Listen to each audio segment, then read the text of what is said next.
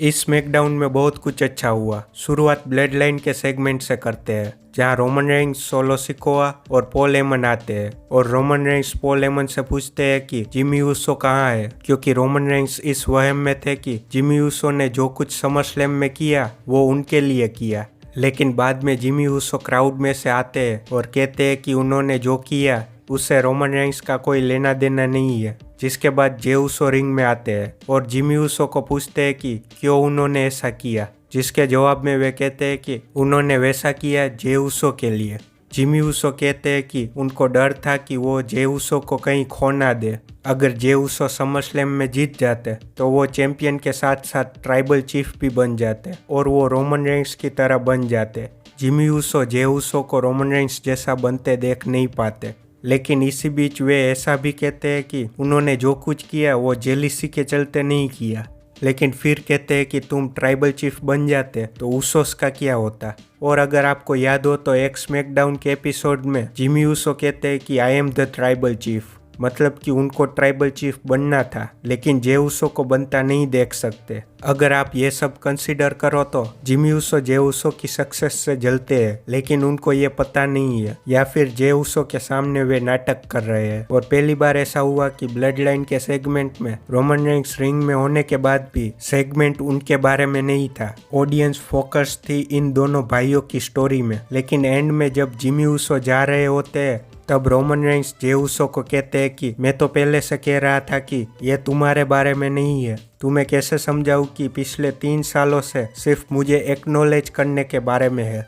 ऐसा कह रहे होते हैं तभी उनको जे ऊसो सुपर किक मार देते हैं, जिसके बाद सोलो जे को मारने लगते हैं, लेकिन उनको भी वे सुपर किक मार देते हैं। जिसके बाद रोमन रेंस सुपरमैन पंच मारकर स्पीयर मारने वाले होते हैं, तब उल्टा जे ऊसो उनको स्पीयर मार देते हैं। फिर वे जिमी ऊसो को अपने पास बुलाते हैं और हमें लगता था कि वे गले मिलने वाले हैं, तभी उनको भी जे ऊसो सुपर किक मार देते हैं और कहते हैं कि वे WWE को छोड़कर जा रहे हैं। स्टोरी वाइज देखे तो जे ऊसो अब थक गए हैं इस सब से। उनको अपने कज़न ने, अपने छोटे भाई ने और अब तो उनके जुड़वा भाई ने भी धोखा दे दिया। तो आप समझ सकते हो कि क्यों वो ऐसा कह रहे थे। लेकिन क्या वो सच में WWE छोड़कर जा रहे हैं? बिल्कुल नहीं, ये स्टोरी लाइन का हिस्सा है। इसके सिवा शो में क्या हुआ उसकी बात करते हैं। शो शुरू होता है शार्लेट फ्लेयर और ओस्का के मैच से, जो ठीक ठाक जा रहा था, लेकिन डैमेज कंट्रोल उसमें इंटरफियर करते हैं, जिनमें हमें डकोटा काई भी देखने को मिलते हैं। लेकिन सिर्फ बेली और इयो स्काई ही शार्लेट फ्लेयर और आस्का पर अटैक करते हैं, क्योंकि डकोटा काई अब भी मेडिकली क्लियर नहीं है कम्पीट करने के लिए। लेकिन फिर भी डैमेज कंट्रोल पावरफुल लग रहे थे और ऐसा लग रहा था कि वे जो चाहे वो कर सकते हैं, जिससे अब कोई डैमेज कंट्रोल को हल्के में नहीं लेगा।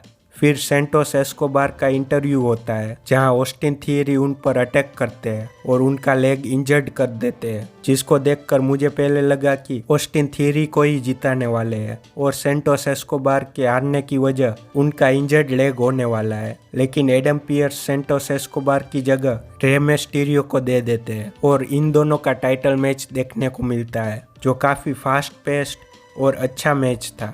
और एंड में रे मिस्टीरियो जीत जाते हैं और ऑस्टिन थियरी के हाथ से यूएस चैंपियनशिप चली जाती है, जिसकी फैंस कई दिनों से मांग कर रहे थे। ये WWE का बहुत अच्छा डिसीजन था। इससे कई नए फ्यूड बन सकते हैं। अगर आप सोचो तो सेंटोस एस्कोबार को चैंपियनशिप का मैच रे मिस्टीरियो दे सकते हैं, या फिर सेंटोस एस्कोबार हिल टर्न कर सकते हैं ये कह के कि वो चैंपियनशिप मैच उनका था। रे मिस्टीरियो ने उनकी अपॉर्चुनिटी उनसे छीन ली। देखना होगा WWE किस अप्रोच के साथ जाती है।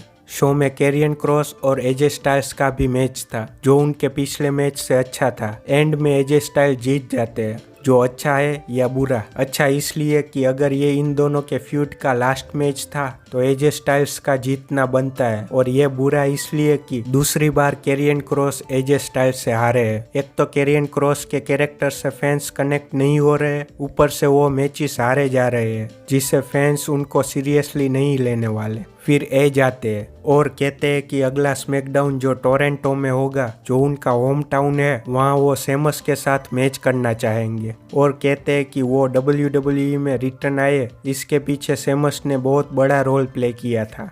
वो कहते हैं कि वे दोनों पहाड़ पर साइकिलिंग कर रहे थे जहां एज गिर गए थे, जिससे उनको रियलाइज हुआ कि वो गिरना अफोर्ड कर सकते हैं, जबकि डॉक्टर्स ने उनको कहा कि आप रिंग में गिर जाओगे तो आपको इंजरी हो सकती है। फिर वे सेमस को कॉल करते हैं और वो दोनों रिंग में ट्रेनिंग करते हैं और कहते हैं कि सेमस नहीं होते तो मैं शायद रिटर्न नहीं आता। फिर वे सेमस को बुलाते हैं जहां सेमस आकर वो वीडियो दिखाते हैं और कहते हैं कि सेमस को एज ने 2004 में सपोर्ट किया था, जिसकी वजह से वो WWE में आ पाए और वो मैच को एक्सेप्ट करते हैं। यह सेगमेंट बहुत अच्छा था, इसकी वजह से इन दोनों का मैच और भी स्पेशल बन जाता है। फिर एले नाइट और हिट्रो के टॉप डोला का मैच था, जिसमें एले नाइट जीतकर शॉर्ट प्रोमो कट करते हैं। फिर बॉबी लेस्ली और स्ट्रीट प्रॉफिट्स का सेलिब्रेशन सेगमेंट दिखाते हैं और बॉबी लेस्ली टाइटल्स जीतने की बात कर रहे थे। मैं ये सोच रहा हूँ कि इस फ्रैक्शन को अब तक नाम क्यों नहीं दिया गया, लेकिन शायद WWE ने जानबूझकर ऐसा किया